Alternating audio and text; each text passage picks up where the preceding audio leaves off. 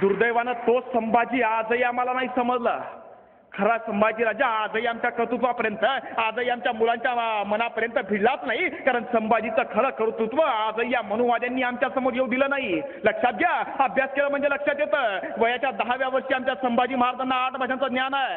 10 वर्षाचा पोर आहे, 10 वर्षाच्या पोराला 8 भाषांचं ज्ञान आहे. मध्यंतरी एकानं सांगितलं होतं की शिवाजीराजे निरक्षर होते. आमच्याकडे वाद बराच काळ रंगला होता. एकानं मला व्याख्यानात सुद्धा विचारलं, म्हटलं शिवाजीराजे निरक्षर होते. म्हटले कशावर? मी विचारलं कशावरून? म्हटले त्यांना इतिहासाचं किंवा त्यांना भाषांचं, त्यांना लिखाणाचं ज्ञान होतं. याचे पुरावे मिळाले नाहीत. मी त्याला प्रश्न विचारला, शिवाजीराजे निरक्षर होते असं तू म्हणतोस, अरे पण 350 वर्षापूर्वी शिवाजी महाराजांनी मारलेल्या कृष्णा भास्कर कुलकर्णीची पॅन्ट सुद्धा सापडली नाही. मग तो घालत नव्हता का? म्हटले घालत होता, पण काळानुरूप नष्ट झाली. अरे म्हटलं शिवाजी महाराजांना 8 भाषांचं ज्ञान होतं, पण पुरावे काळानुरूप नष्ट झाले. ही कर्तृत्व आम्ही समजून घेतलं पाहिजे. शिवाजीराजांच्या पुत्र संभाजीराजांना 8 भाषांचं ज्ञान आहे.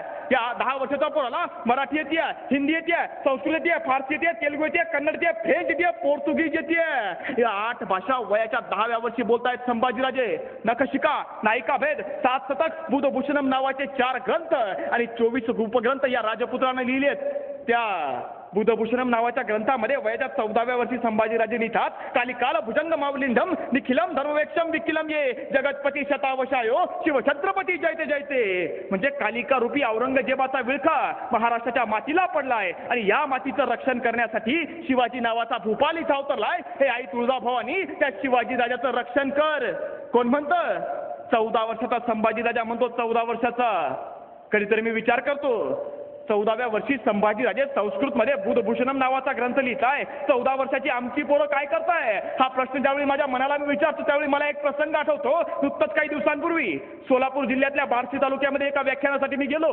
तिथे एका काव्यवाचन स्पर्धेचा परीक्षक म्हणून मला बोलावलं आणि त्यावेळी आमच्या पोरांचं कर्तृत्व मला बघायला मिळालं. आमची 18 ते 20 वयोगटातली पोरं त्या विचारपीठावर कविता सांगायला येत होती. कविता सांगून परत जात होती आणि असंच एक आमचं पोरग त्या विचारपीठावर कविता सांगायला आलं. आमच्या पोराच्या कवितेचं नाव होतं प्रेमाला उपमा नाही. प्रेमाला उपमा नाही. कारण आमच्या पोरांच्या डोक्यात तेच. आणि पोरानं कविता सांगायला सुरुवात केली, प्रेमाला उपमा नाही. प्रेमाला उपमा नाही, उपम्याला साखर नाही. प्रेमाला उपमा नाही, उपम्याला साखर नाही. साखरेला ऊस नाही, नुसाला पाणी नाही. प्रेमाला उपमा नाही, उपम्याला साखर नाही. साखरेला ऊस नाही, नुसाला पाणी नाही. पाण्याला पंप नाही, पंपाला वीज नाही. पाण्याला पंप नाही, पंपाला वीज नाही. विजेला पैसा नाही, पैशाला नोकरी नाही. विजेला पैसा नाही, पैशाला नोकरी नाही. नोकरीला डिग्री नाही, डिग्रीला शिक्षण नाही. नोकरीला डिग्री नाही, डिग्रीला शिक्षण नाही. शिक्षणाला कॉलेज नाही, कॉलेजला मुली नाही. मुलींचं प्रेम नाही, प्रेमाला उपमा नाही.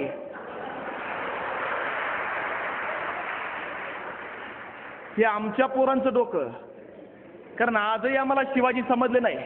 आजही आम्हाला संभाजी उमजले नाही. कधीतरी अभ्यास केला म्हणजे लक्षात येतं, शिवाजी महाराजांना पुरंदरचा तह करावा लागला आणि पुरंदरच्या तहानुसार 23 गड किल्ले आणि 4 लाख हुनाचा प्रदेश या औरंगजेबाला द्यावा लागला. आणि त्याच काळामध्ये तहातलं शेवटचं कलम ठरलं की शिवाजीराजांनी आपले 23 गड किल्ले आणि 4 लाख हुनाचा प्रदेश औरंगजेबाच्या ताब्यात देईपर्यंत शिवाजीचा पुत्र संभाजी हा औरंगजेबाकडे गहाण राहील. गहाण राहील.